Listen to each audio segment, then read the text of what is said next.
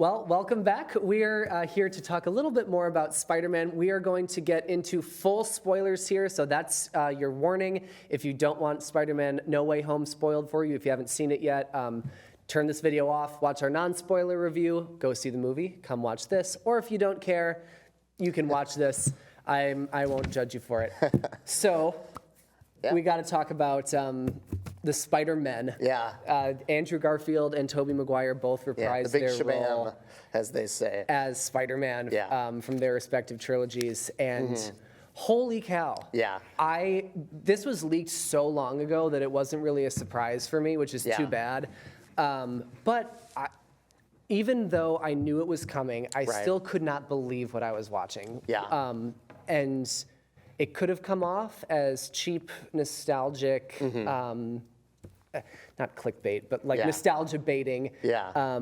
But I think that they really actually do add something to this movie. They add perspective for this version of Peter Parker, Tom Holland's Peter Parker. Right. And this really sweet fraternal bonds that the three of them develop. Right.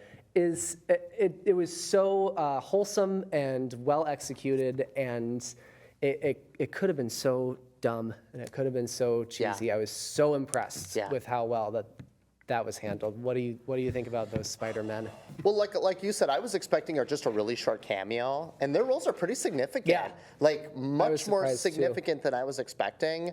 And we're in full spoiler territory here. So again, one of my favorite scenes, and I'm not the biggest fan of the Andrew Garfield Spider-Man, but when Ned opened the portal and he was expecting Tom Holland to jump through, and he jumps through, that was a very cool moment. Regardless if you like Andrew Garfield or not, the theater I was in bursted into applause. That was pretty fun. Very cool moment. And speaking of Andrew Garfield, I did not know I needed closure for Andrew Garfield's Spider-Man because he had those two movies.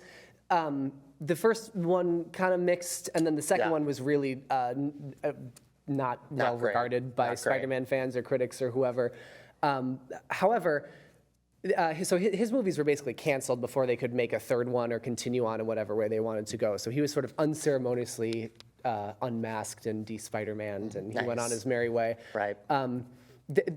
We have closure for him in this movie where he ends up saving MJ from that fall. Right. And then it's such an emotional moment because, of course, in Amazing Spider-Man 2, he fails to save his girlfriend, and she's killed. Yeah. And it was unbelievably touching, that little moment. And she's like, "Are you okay?" Yeah. He's like, "Are you okay? Are you okay?" Yeah. And then he's in tears, and he says, "Yeah, I'm fine." She says, "Yeah, I'm fine. Are you okay?" That was a very nice touch. It was very nice, and also they made a reference to the fact that death of Gwen Stacy, of Emma Stone's Gwen Stacy, really had a huge impact on him that you can see in this movie. And it actually kind of made me want an Amazing Spider-Man 3 because he mentions, I stopped pulling my punches. I got way more violence, and I realized I was hurting people. I was like, oh man, I kind of want to see that movie now. Yeah. It gave me much more. It gave me closure I didn't know I needed for that character. And then, of course, bringing Tobey Maguire back, who did sort of get a nice end to his story. Again, not in the greatest movie in the Spider-Man series by anyone's reckoning. But still, he was able to exit on his own terms and stuff like that. It was just great to see him back again, and he's sort of the wise sage, the cool youth pastor. He looks the same, by the way. What deal did Tobey Maguire make? He does look look oh my the God, same. he looks the same.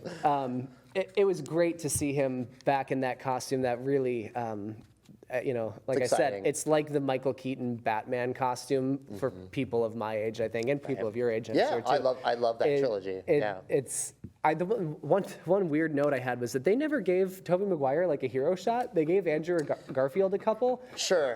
But they didn't give Tobey Maguire a nice long still shot of him in the costume, and I was kind of like, hey, wait a second. Well, that scene at the end of the scaffolding was very dark too. Yeah. Where it shows them. That was very cool, by the way. Them swinging. Yeah, that was pretty as a trio, amazing. With their prospective villains facing off. Doc Ock is obviously a different scenario at the end there, but yeah, I guess I don't recall a hero shot.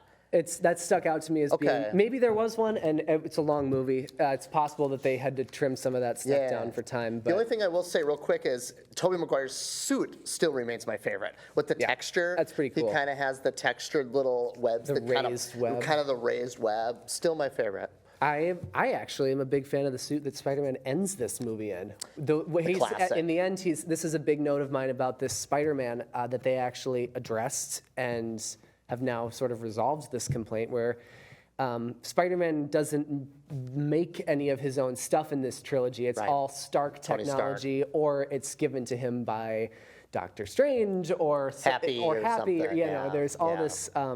Because he exists in this larger world, until recently, an Iron Man-centric story, he's sort of been like Iron Man Jr., and now I really appreciate the way this movie ends with him all by himself, for better or for worse, going to be a friendly neighborhood Spider-Man in a very cool-looking costume that he made it's the bright himself. Blue and red. Right, it's even got that metallic-y sort of quality to it. Yeah.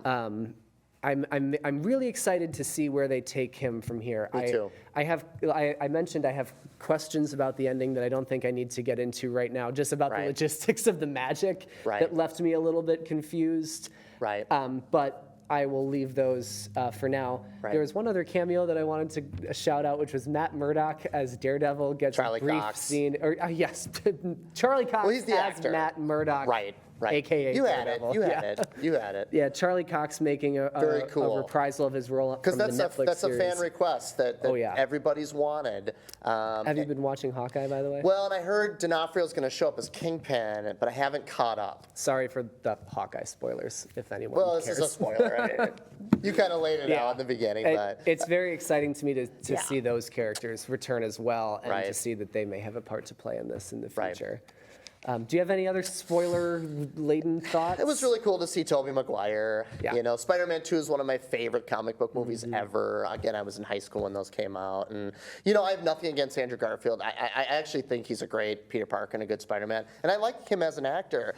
It would have been better to see him in the hands of a better director and a better movie. Yeah. Does that make sense? Yes. And I think, he was a victim of a lot of studio intervention, too, where, you know, the creative team wants one thing, the production team wants one thing, the studio execs want another thing. And those were Sony movies, we should say. And that's sort of what Spider-Man 3 fell victim to as well. And we've been very lucky that this joint operation, that these Spider-Man movies, these last three have been a joint Sony and Marvel Disney production. Yeah. And they've seemed to have found a happy medium there that they can play in. So the only thing real quick before you wrap up that I have to say that was really funny was how they teased Tobey Maguire that the actual webs shoot out of his wrist. I thought that was really funny and really well done.